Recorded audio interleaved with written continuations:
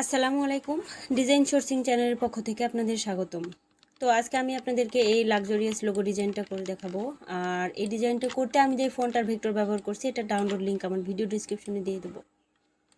তো প্রথমে আমি লোগোটা করার জন্য এখান থেকে সার্কেল নিব। আমি এখান থেকে ইলিপসি নিলাম।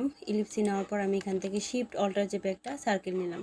নেওয়ার পর এটা আমি এখান থেকে হরিজন্টাল অ্যালাইন সেন্টার করলাম, ভার্টিক্যাল অ্যালাইন সেন্টার করলাম। করে এটা আমি এখান থেকে স্ট্রোক দিয়ে দিলাম। স্ট্রোক দেওয়ার পর আমি স্ট্রোকটা মোটামুটি 25 পিটি দিয়ে দেবো।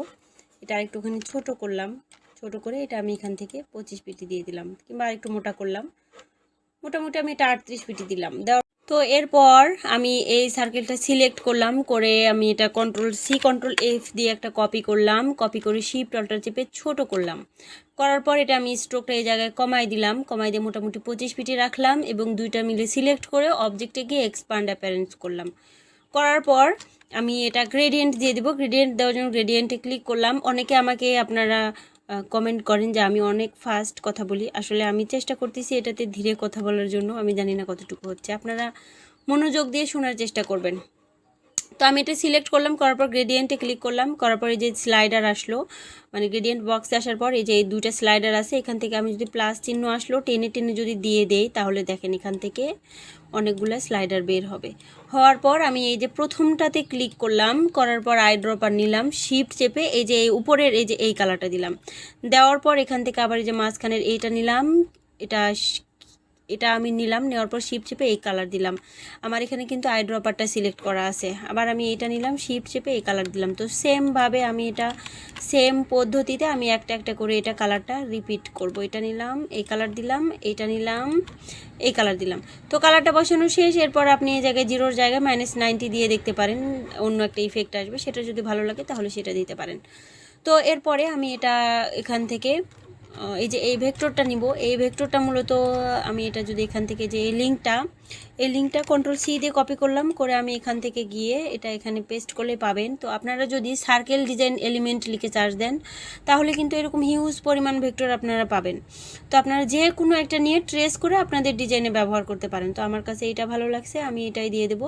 এটা একদমই সিম্পলের মধ্যে অনেক ভালো আছে। এটা আমি এখান থেকে কপি ইমেজ দিলাম, দিয়ে ইলাস্ট্রেটরে এসে কন্ট্রোল-V দিয়ে পেস্ট করলাম। পেস্ট করার পর সাইডে নিয়ে এসে এখান থেকে আমি ইমেজ ট্রেস দিলাম, ওকে করে দিলাম। দেওয়ার পর আমি এটা এখান থেকে এক্সপান্ড করলাম, এক্সপান্ড করে আনগ্রুপ করলাম। ম্যাজিক 1 টুল নিলাম, হোয়াইট কালারের উপর ক্লিক করলাম, সিলেক্ট করলাম, ডিলিট করলাম। করার পর এই যে অংশটুকু থাকলো, এখানে একটু কাজ আছে। আমি নিচের অংশটুকু দেব না, মানে নিচের ফ্লাওয়ারটা দিব না। আমি শুধু চাচ্ছি এই যে এখানকার এই পাতাটা রাখতে। তো সেই জন্য আমি কি করব, আমি এখানকার এই যে অংশটুকু এখান থেকে ডিলিট করে দিলাম, এটা এখান থেকে ডিলিট করে দিলাম। আর বাদ বাকি যেই এই যে এই ডটগুলো আছে, এক্সট্রা যেই জঞ্জালগুলো আছে, এগুলো আমি এখান থেকে ডিলিট করে দিলাম। ডিলিট করে দেওয়ার পর আমি এই যে এই সার্কেলটা আর একটুখানি ডিলিট করতে পারি। এটা আমি সিলেক্ট করলাম, এখান থেকে আমি ইরেজার নিলাম, ইরেজার নিয়ে অল্টার চেপে আমি এই পর্যন্ত ডিলিট করে দিলাম। আমি মোটামুটি এই পর্যন্ত রাখলাম। রাখার পর এটা আমি এখানে গ্রুপ করলাম। তো এটা আমার আসলে এখানে বসানোটা একটু টাফ হবে। তো তার আগে আমি এটা এখান থেকে কালার করে দিই। এটা আমি অন্য একটা কালার করে দিলাম। তো যেহেতু ইমেজ ট্রেস করার পর এটা ইলাস্ট্রেটরের বাই ডিফল্ট কালারটা আসে না, যার কারণে আমি কালারটা একটুখানি চেঞ্জ করে দিলাম, সবুজ কালার দিয়ে দিলাম।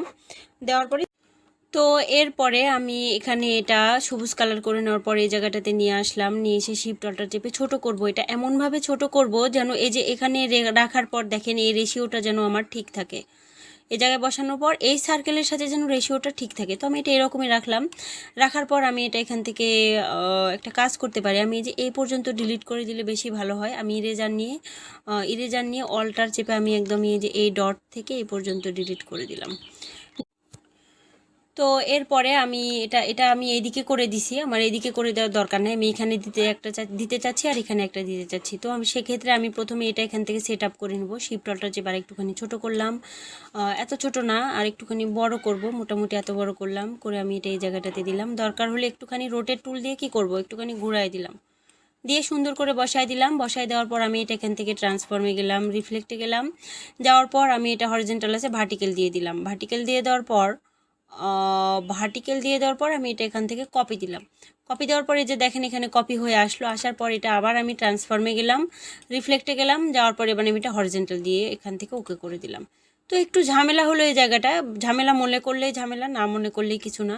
আমি এটা সুন্দরভাবে এই জায়গাটাতে বসিয়ে দিলাম। তবে আমি খুব সহজ এবং সুন্দর ওয়েতে, ইজি ওয়েতে আমি এটা বুঝাই দিলাম যে ভেক্টর নিয়ে এসে আসলে সরাসরি তো আপনি এটা এখানে বসাইতে পারবেন না, একটা কপিরাইটের ঝামেলা থেকে যায়। আর লোগোটা অনেক ইম্পর্টেন্ট একটা বিষয়, অনেক ইম্পর্টেন্ট বিষয়, যদিও সহজ, কিন্তু এই যে এই বিষয়গুলো খুব ইম্পর্টেন্ট, যে ভেক্টর ব্যবহার করবেন, তারপর যে সিস্টেমে করবেন এটা যেন, কারণ একটা কোম্পানিতে একটা লোগোই ব্যবহার করা হয়।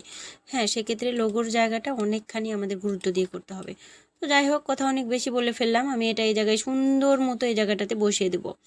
বসিয়ে দেওয়ার পর আমি শিফট চেপে দুটো মিলে সিলেক্ট করে এটা গ্রুপ করলাম। গ্রুপ করার পর কিবোর্ডের আই চেপে আমি এটা গ্রেডিয়েন্ট দিয়ে দিলাম। গ্রেডিয়েন্ট দিয়ে দেওয়ার পর আমি এটা সিলেক্ট থাকা অবস্থায় অবজেক্টে গেলাম, পাথে গেলাম, অফসেট পাথে গেলাম। যাওয়ার পর এখানে দিয়ে দেবো 5px, দেওয়ার পর ওকে করে দিলাম। ওকে করে দেওয়ার পর কন্ট্রোল শিফট F9 চাপলাম, পাথফাইন্ডার আসলো, এখান থেকে আমি এটা ইউনাইট করে দিলাম। ইউনাইট করে দিয়ে এটা আমি এখান থেকে ফিল কালারে ক্লিক করে 6টা জিরো দিয়ে দিলাম। 6টা জিরো দিয়ে এটা আমি ওকে করে দিলাম, দিয়ে 100% ব্ল্যাক হওয়ার পর আমি এটা এখান থেকে কন্ট্রোল এক্স দিয়ে কাট করলাম। করে আমি এই সার্কেল দুইটা সিলেক্ট করলাম। সার্কেল দুটো যদি আনগ্রুপ করা থাকে তাহলে আমি এটা গ্রুপ করে নেব। নেওয়ার পর আমি উইন্ডোজে গেলাম, উইন্ডোজ থেকে ট্রান্সপারেন্সিতে গেলাম, গিয়ে মেক মাস্ক ক্লিপ, এই সাদা ঘরে এসে কন্ট্রোল এফ দেওয়ার পর আমি এই ঘরটাতে ক্লিক করলাম। তাহলে দেখেন এই পাতাগুলো কিন্তু ভিতরে এই ব্ল্যাক শেপ অনুযায়ী, মানে পাতার শেপ অনুযায়ী সার্কেলটা কি করলাম, কেটে নিলাম। আপনি একটুখানি দেখায়, আপনারা দেখেন এই জায়গাটাতে আমি কেটে নিছি। তো এরপরে আমি মাঝখানে এএস লেখাটা বসাই দিব। তো এএস লেখাটা এটা মূলত বারফিওয়ালা নামের একটা ফন্ট। এটা আপনারা এই বারফিওয়ালা ফ্রি ডাউনলোড লিঙ্ক লিখে সার্চ দিলে এটা পাবেন। আমার এই ফন্টটা খুবই ভালো লাগছে, যার কারণে আমি এটা নিলাম। অল্টার চেপে একটা কপি করে নিয়ে এসে ক্রিয়েট আউটলাইন করলাম। করার পর আমি এটা কিবোর্ডের আই চেপে এই কালার, এই গ্রেডিয়েন্ট কালারটা দিলাম। গ্রেডিয়েন্ট কালার দেওয়ার পর আমি এটার স্ট্রোকে ক্লিক করলাম। করার পর স্ট্রোকের যে গ্রেডিয়েন্টটা আসলো, স্ট্রোকে ক্লিক করে স্ট্রোকের আবার এই গ্রেডিয়েন্টে ক্লিক করলাম। করার পর এই যে লাইট কালারটা আছে এটা আমি সিলেক্ট করলাম, এখান থেকে আইড্রপার নিলাম, শিফট চেপে হোয়াইট কালার দিলাম। আমি মাঝখানে কি করব, হোয়াইট কালার দিয়ে দিলাম। লাস্টের